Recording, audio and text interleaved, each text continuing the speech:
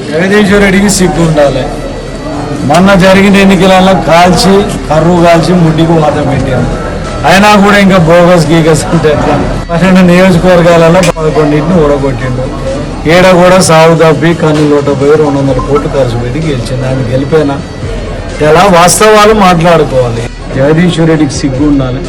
10 సంవత్సరాలలో నువ్వు ₹1,00,000 రుణమాఫీ చేయలేకపోయినావు. అయినా కూడా రేవంత్ రెడ్డి గారు ఇలా ఛాలెంజ్ చేసి ఆగస్టు 15 లోపల 2 లక్షల రుణమాఫీ చేస్తా అని చెప్పి చెప్తున్నారు. ఇంకా బోగస్ ఏంది? ఇచ్చిన హామీలన్నీ అమలు చేసినాం. ఇక బోగస్ ఏముందా? వాడి డబ్బా ఖాళీ అవుతుంది, జగదీశ్వర్ రెడ్డి డబ్బా ఖాళీ అవుతుంది అని చెప్పడమే తప్ప ఒక 2500 మహిళలకు ఇవ్వాల్సింది ఉంది. అది కూడా మేము ఎన్నికలు కాగానే ఇస్తా అని చెప్పినాం. అంటే 90 రోజుల చరిత్రలో ఇన్ని హామీలను అమలు చేసింది నాకు తెలిసి ప్రపంచంలో ఏ నాయకుడు లేడు, ఏ ప్రభుత్వం లేదు. ఖచ్చితంగా రేవంత్ రెడ్డి గారు, కాంగ్రెస్ ప్రభుత్వం.